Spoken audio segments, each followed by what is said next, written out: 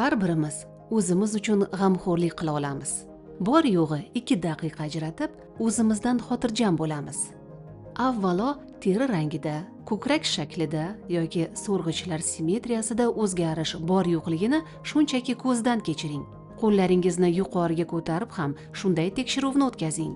So'ngra avval o'ng qo'lni, keyin chap qo'lni ko'tarib, har bir ko'krakni alohida old tomondan va yon tomondan ko'zdan kechiring.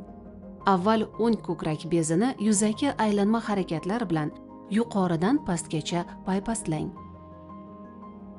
So'rg'ichlarni sekin siqib ko'ring. Og'riq yoki ajralmalar bormi? Chap ko'krakni ham xuddi shunday tekshiring. Endi qo'ltiq osti sohasini paypastlang. Buni har oyda hayz tugagandan keyingi ilk kunlarda bajarish maqsadga muvofiq.